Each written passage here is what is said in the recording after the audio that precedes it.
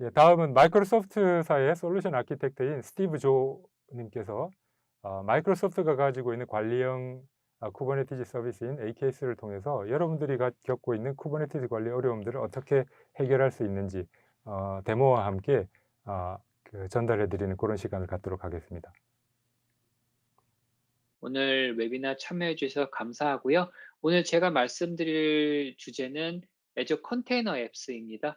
애저 컨테이너 앱스를 오늘 말씀드리게 된 배경은요. 저희 마이크로소프트가 오픈 소스에 기여를 하고 투자를 하고 있다라는 부분에 대해서 말씀을 드리고 싶었고요.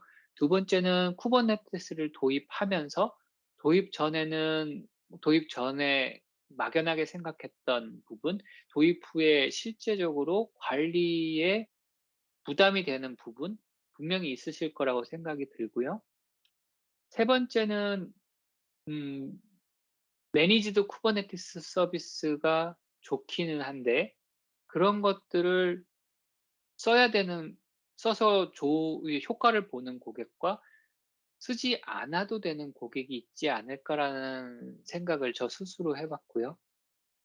그래서 두 가지 조직이나 고객으로 저는 시나리오를 나눠 봤습니다. 그래서 첫 번째 조직은 쿠버네티스 환경을 잘 이해를 하고 잘 쓰시는 조직이 있을 거고요.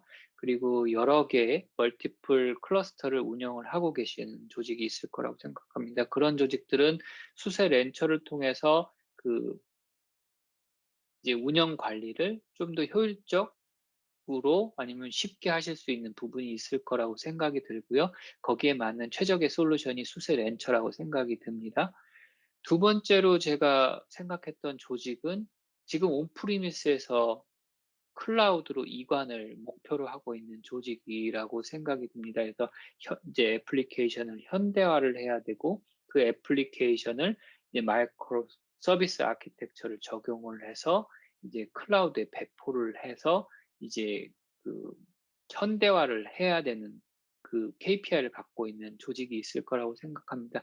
제가 만나 뵀던 조직들은 보통 두 번째 조직 분들이었고요. 그 관련해서 애저 컨테이너 앱스가 도움이 되지 않을까 해서 오늘 주제로 선정하였습니다. 애저 컨테이너 앱스는 지금 현재 프리뷰 중이고요. 미주 지역이랑 캐나다 일부 6개 정도 지역에서만 지금 시범 운영 중이라고 보시면 될 것 같고요. 중부에는 내년 하반기 정도에 출시가 될 것으로 예상을 하고 있습니다. 애저 컨테이너 앱스는 쉽게 말씀드리면 컨테이너 에즈 서비스. 그래서 고객이 컨테이너 이미지를 갖고 오면 그것들을 쿠버네티스 환경에서 구동해 줍니다라고 보시면 될 것 같습니다. 그래서 마이크로 서비스 아키텍처를 구성하기 위해서 이미지만 갖고 오면 된다. 플러스 약간의 코드 수정만 하면 된다. 이렇게 봐주시면 될 것 같습니다.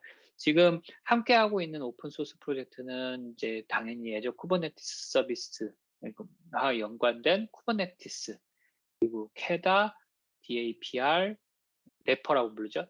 엠보이 요 네 가지가 될 것 같습니다. 결국은 이 구동되는 엔진은 애저 쿠버네티스 서비스가 될 것 같고요. 그 인프라는 고객에게 노출되지 않고 마이크로소프트에서 관리하는 인프라가 된다고 보시면 될 것 같습니다.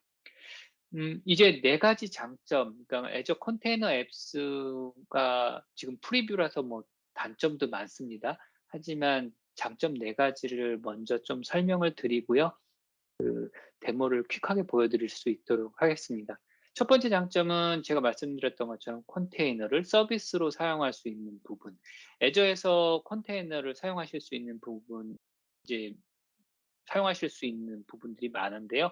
애저 쿠버네티스 서비스는 이제 클러스터에 대한 액세스를 제공을 하고 이제 그 네트워킹, 유지 관리, 스케일 이런 클러스터에 대한 모든 측면을 완벽하게 제어를 하실 수 있습니다. 이제 컨테이너 인스턴스는 이제 하이퍼바이저 격리로 로컬 컨테이너 런타임이라고 봐주시면 될 것 같고요. 도커 데스크탑이라고 동일하다고 보시면 될 것 같습니다. 애저 컨테이너 앱은 개발자 앱 자체에 대해서만 이제 걱정을 하시게끔 저희가 만든 환경이라고 보시면 될 것 같고요. 실제 밑에는 애저 쿠버네티스 서비스가 동작을 하더라도 쿠버네티스 API에 직접 액세스를 하실 수 없다라는 부분 말씀을 드려야 될 것 같고요. 그리고 애저 컨테이너 앱은 컨테이너 그 어플리케이션 그 스케일링에 대해서 최적화하기 위해서 이제 HTTP 라우팅하거나 서비스 검색하거나 이런 그 어플리케이션의 효율성에 중점을 더 두는 부분이 있다고 생각하시면 그 쿠버네티스 API 접근을 허락하지 않는 부분에 대해서 좀 이해를 하실 수 있을 것 같아요.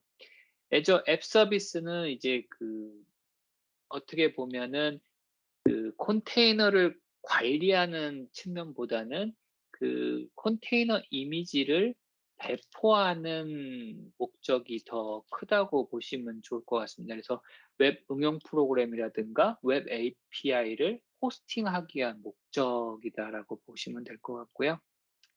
애저 컨테이너 앱 같은 경우는 이제 컨테이너 간 통신해야 되는 마이크로 서비스에 이제 최적화되어 있는 반면에 이제 앱 서비스는 이제 그런 그 마이크로 서비스를 위한 컨테이너 간 통신은 제공하지 않고 이제 HTTP 기반의 통신만을 제공하기 때문에 극히 제한적일 수가 있습니다. 그 마지막으로 설명드릴 이제 컨테이너 관련 워크로드는 이제 펑션이 될 건데요. 이제 그 A사의 람다와 같은 워크로드라고 이해를 해주시면 좋을 것 같고요. 그 엔드 투 엔드 개발 환경으로 이제 이벤트 기반의 서버레스 코드를 실행을 하는 워크로드라고 봐주시면 될 것 같습니다. 그래서 SDK, 표준 SDK를 따라야 될 거고요. 그 기본 컨테이너 이미지를 사용을 해야 되고, 그 프로그래밍 모델을 준수를 해야 되는 제약사항이 비교적 큰 편입니다. 그래서 그 조금 범용적인 시나리오보다는 그, 그 함수에서, 그 펑션에서 허락하는 시나리오를 구현을 할 때 적합하고, 지금 애저 컨테이너 앱스, 그러니까는 그 쿠버네티스 범용 시나리오와 서버리스 어플리케이션 개발을 위해서 가장 적절한 워크로드가 될 거라고 생각이 들고요. 두 번째 장점은 데이퍼가 되겠습니다. 데이퍼는 이제 분산 응용 프로그램을 구축을 도와주기 위한 런타임이라고 봐주시면 되고요. 결국은 이제 그 마이크로 서비스 분산 응용 프로그램 이런 거 만들기 어려우니 이런 것들을 그 응용 프로그램을 쉽게 작성할 수 있도록 API를 모아서 제공하자라는 데 의미가 있다고 보시면 쉽게 이해가 가실 것 같습니다. 그래서 그 퍼블리셔 서브스크라이버나 아니면 그 스테이트 관리, 서비스 간 호출, 그리고 리소스 바인딩, 리소스 트리거, 그리고 그 이미지에 활용되는 비밀들의 그 시크릿에 대한 관리, 이런 것들을 확장성 할 수 있도록 API로 제공을 한다고 봐주시면 될 것 같습니다. 그래서 결국은 두발 자전거라고 생각을 해주시면 될 것 같고, 거기다 이제 보조 바퀴를 하나 붙였다. 이 보조 바퀴를 통해서 모든 통신을 하게 된다, 관리를 받게 된다라고 이해를 해주시면 될 것 같습니다. 애저 컨테이너 앱은 이제 그 네이버의 API에 관리되는 다고 생각을 해주시면 될 것 같고요.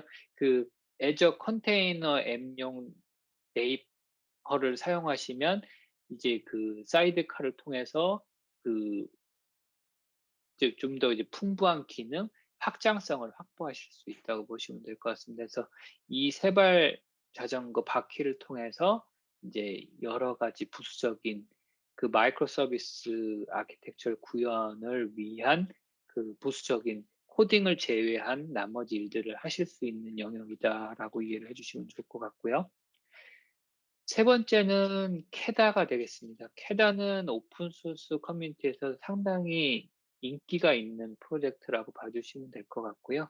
그 응용 프로그램을 자동 크기 조정하는 음, 솔루션이다 아니면 프로젝트라고 봐주시면 좋을 것 같습니다. 이런 것들이 이제 그 메모리나 CPU 아니면 이벤트 이런 것들을 기반으로 이런 매트릭을 기반으로 이제 크기를 조정을 한다.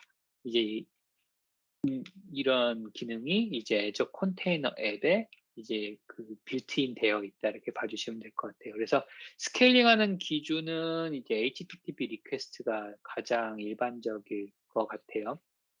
그리고 이벤트 캐다가 지원하는 이제 이벤트 기반 아니면 CPU나 메모리 이제 요렇게 스케일링을 하실 수 있는 옵션이 있는데 이제 HTTP 리퀘스트를 설명을 좀 드려야 될 것 같아요. 그래서 그 지금 애저 컨테이너 앱스 같은 경우는 그 호출, 트래픽으로 과금이 되게 됩니다.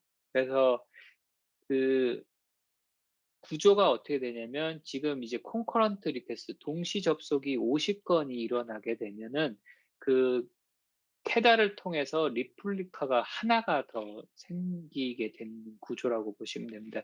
현재 지금 프리뷰 나온 버전은 이 스케일링 그러니까 지금 제가 말씀드리는 거는 그 버티컬 스케일링이 아니고 그 호리존탈 스케일링이라고 보시면 될 것 같습니다. 그래서 그 컨테이너가 돌아가는 최적의 메모리나 사이즈나 이런 것들은 그 충분히 벤치마킹을 하고 고르셔야 될 거고요. 이런 것들이 이제 그 호리존탈 확장을 위해서 이제 그 추가가 될 때 이 동시 접속자 그래서 리플리카를 10 개까지 최대 만들 수 있습니다. 이제 이런 것들이 이제 프리뷰가 지나면 더 좋게 바뀌기를 기대를 해 보고요. 그래서 이 동시 접속자 숫자, 리플리카 숫자 이제 결국은 이런 것들이 이제 어느 일정 시간이 지나서 트래픽이 없을 때 이제 지로가 되겠죠. 그러니까 0 으로 이제 그게 됐을 때는 최소 비용만 내시면 되는 그런 비용 구조라고 보시면 될 것 같습니다. 그래서 그 50 이제 동시 접속자가 50 건이 있었을 때하고 그 50 건이 있고 나서 이제 빵건이 됐을 때 요금이 달라지는 그런 구조, 이런 스케일링이 캐다에서 담당을 한다. 이렇게 봐 주시면 될 것 같아요. 그래서 네 번째 마지막 장점으로 리비전하고 트래픽 배분이 있을 것 같아요. 그래서 그 리비전에 대해서 설명을 드리면은 지금 그 컨테이너 앱스는 구독당 2 개의 environment를 만드실 수 있고요. 지금 현재 프리뷰 기준으로 이 environment를 VNet이라고 봐 주시면 더 적합할 것 같아요. 이거를 2 개를 만들 수 있다라고 봐 주시면 되고 이 안에서 컨테이너 앱 안에서 이 컨테이너 어플리케이션을 변경했을 때 여기에 대한 스냅샷을 만드는 구조라고 보시면 될 것 같고요. 그래서 컨테이너 앱에 이제 템플릿이 구성이 됐을 때 그 새 수정이 자동으로 만들어지고 그 리비전에 대한 변경은 안 되고 이제 하지만 이제 글로벌 버라이어블 전역 구성값의 변경은 당연히 이제 적용이 된다고 보시면 될 것 같습니다.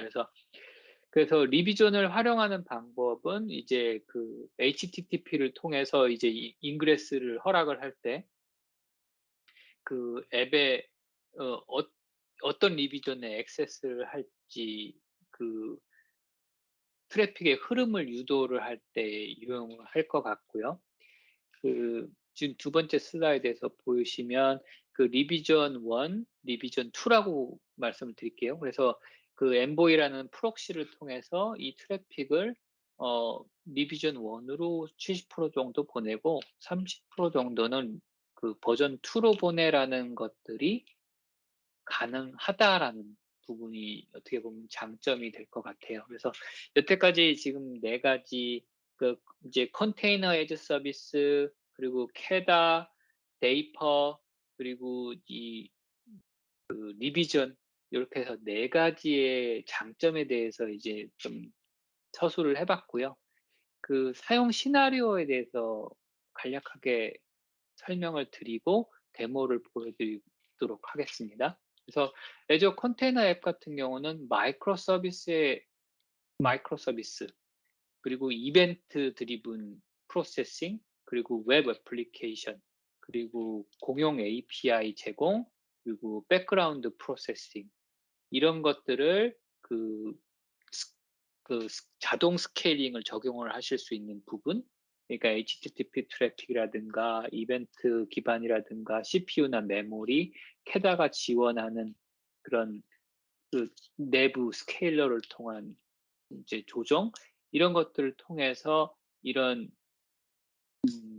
5가지 시나리오가 있을 것 같은데요. 추가적으로 이제 만약에 모놀리틱으로 되어 있는 웹 어플리케이션이 있다고 했을 때 이런 것들을 아까 잠깐 보여드렸던 리비전을 이용을 해서 뭐 병행해서 지금 모던 이제 현대화를 수행하실 수 있는 부분들이 있을 것 같아요. 그래서 서비스가 중단되면 안 되고 한꺼번에 바꿀 수 없는 그런 모놀리틱 웹 어플리케이션이 있다 그러면 되게 적절한 워크로드가 될 것 같아요. 그래서 그 리비전 1은 옛날부터 해오던 거의 컨테이너 버전, 그 두 번째는 이제 잘라 나가면서 MSA 적용하면서 잘라 나가고 있는 버전의 버전 1.2, 1.3 이런 식으로 이제 현대화를 그 병행하면서 운영을 같이 가져갈 수 있는 모델로서 적합하지 않을까.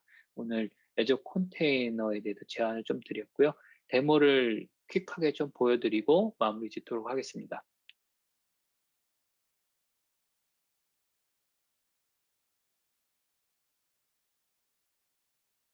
지금 제가 보여드리고 있는 화면은 이제 그 컨테이너 앱을 애저 포탈에서 이제 생성하기 위한 애저 포털 스크린이라고 보시면 될 것 같고요. 그 프로젝트 디테일은 별다른 건 없습니다. 그래서 구독 넣어주시고 컨테이너 어플리케이션 이름 명명해 주시고 하지만 여기서 중요한 거는 이제 앱 인바이러먼트 구독에 2개까지 생성이 현재 가능하고요. 이 한 구독의 이제 인바이러먼트는 이제 로그 애널리틱스라고 하는 로그를 수집하는 스토리지와 연동이 된다라고 생각을 해주시면 좋을 것 같아요. 그래서 모든 그 로그들이 이 로그 애널리틱스 그리고 이 인바이러먼트에 연결된 로그 애널리틱스에 쌓이게 되는 구조다라고 봐주시면 될 것 같고요. 어플리케이션 세팅에서는 이제 이 퀵스타터 이미지 자체는 저희가 제공하는 익스프레스 이미지이기 때문에 테스트를 원하시면 사용을 하셔도 괜찮습니다만 결국은 뭐 헬로 월드 정도 내용이기 때문에 의미가 없을 것 같고요.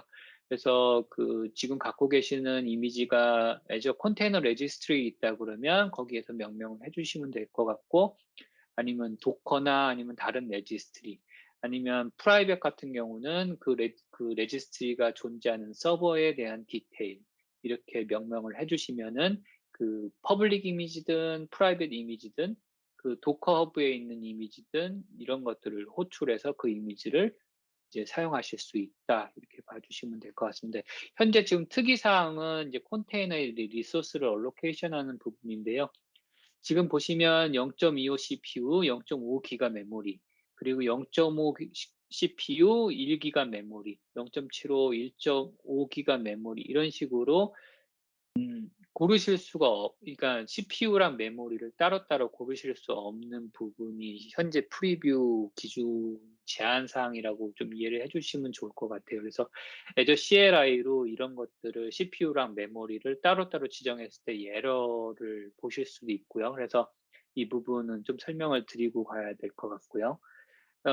이제 이 HTTP 인그레스 같은 경우는 이런 것들을 지금 인터넷에 노출시킬 건지 안 시킬 건지 그 엔드포인트를 접근할 수 있게끔 못 하게끔 인터널로만 쓸 건지 아니면 외부로 노출시킬 건지라는 부분이 있을 것 같습니다.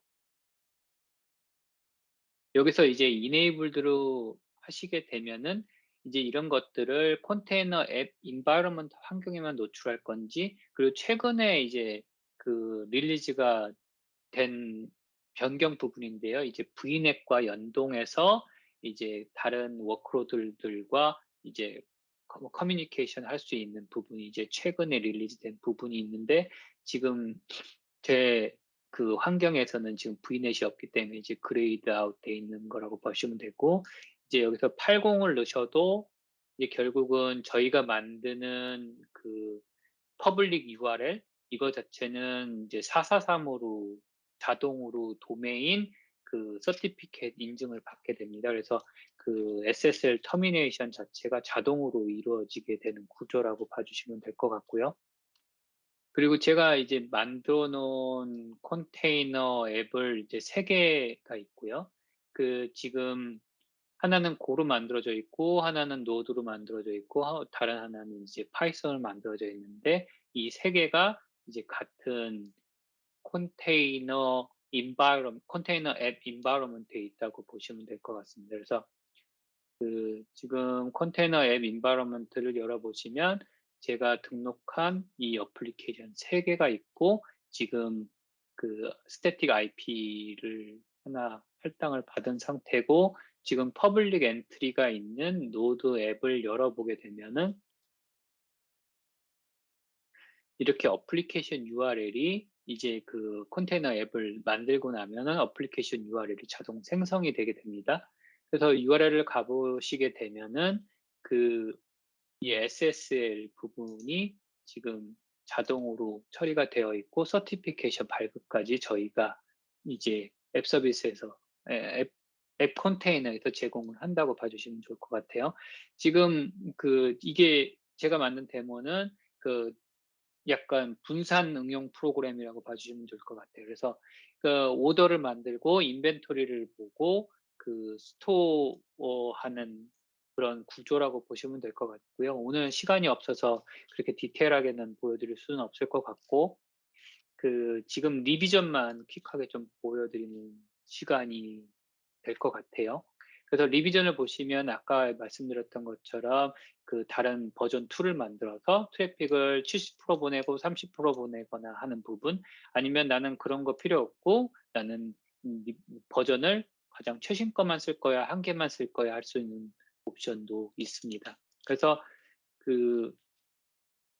이 컨테이너 앱에 들어가게 되면은 이 컨테이너가 지금 트래픽을 할당받고 있는 부분, 그리고 데이퍼가 지금 활성화가 되어 있는지, 데이퍼의 포트는 어디인지에 대해서, 그리고 스케일링하는 부분에 있어서 지금 스케일링 룰이 설정이 되어 있지 않고 지금 맥스 리플리카는 0에서 10이다라고 되어 있는 환경이라고 보시면 될 것 같아요. 그래서 아까 말씀드렸던 동시 접속자가 50번일 때 지금 리플리카가 하나 더 생겨서 호리존털로 스케일링 한다, 이렇게 봐주시면 될 것 같고요.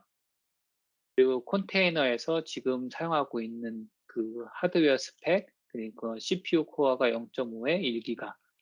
여기서 이제 보시면 여기서 environment 컨테이너 이미지에서 사용하고 있는 environment 이름, 이런 것들을 이제 확인을 하실 수 있고요.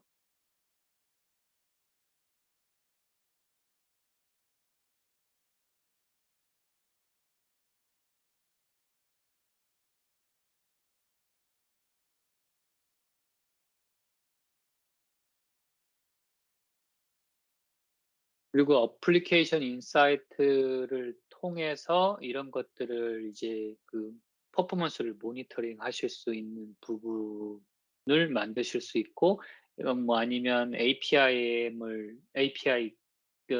매니지먼트, 이제 게이트웨이를 사용하셔서 그 API를 이제 백엔드에 있는 API를 이제 필터링 하시거나 이제 백오피스로 전달해 줄 수 있는 게이트웨이를 추가를 하시는 부분도 있을 것 같아요. 그래서 지금 어플리케이션 맵을 잠깐 보여드리면 제가 갖고 있는 노드 앱에서 오더를 향한 콜이 하나가 7.3 밀리세컨이 걸렸고 파이썬 앱이 그걸 처리하는데 이제 30 밀리세컨드가 걸렸다. 이제 이런 식으로 그 분산 응용 프로그램을 제가 구성을 한 거고요. 이런 부분은 추가 질문이나 아니면 다음번에 기회가 되면 좀 더 자세하게 설명을 드릴 수 있도록 하고, 오늘 제 발표는 이것까지 마치도록 하겠습니다. 좋은 하루 되시고요. 코로나 걸려 보니까 조금 많이 아프긴 한데 좀 힘내실 수 있는 하루가 되었으면 합니다. 이상으로 마치겠습니다. 감사합니다.